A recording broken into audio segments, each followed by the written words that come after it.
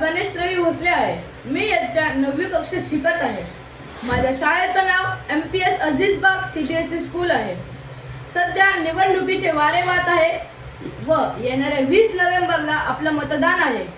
तर मतदानासाठी जनजागृती प्रयत्न करत आहे आपले डॉक्टर हिरालाल पटेल साहेब. तर त्याच प्रयत्नामध्ये आपण सहभागी होऊया.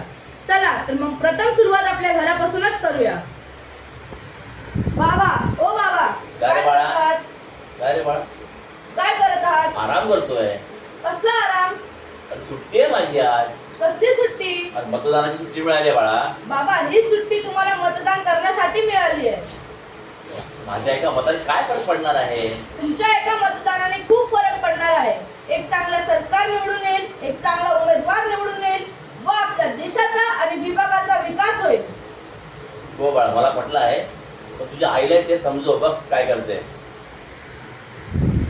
आई, काय करतेस आई? मी सिरियल बघते बाळा. आई, ही सिरियल उपयोगात येणार नाही आहे. मतदान कर. माझ्या एका मतदानाने काय फरक पडणार आहे? तू पण तेच बोललीस बाबासारखं. तुझ्या एका मतदानाने खूप फरक पडणार आहे. महागाई कमी होऊ शकते, भ्रष्टाचार थांबू शकतं, लोकांना रोजगार मिळू शकते व आमचं भविष्य सुधरू शकतं. थांब बाळा, मी पण येते मतदान करायला. मतदान करा, मतदान करा, मतदान अवश्य करा. मतदान तुमचं अवश्य करा. अमूल्य मत वाया घालवू नका.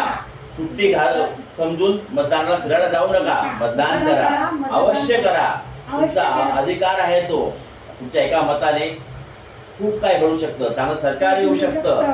बघा, मतदान करा, मतदान करा आणि मतदान करा.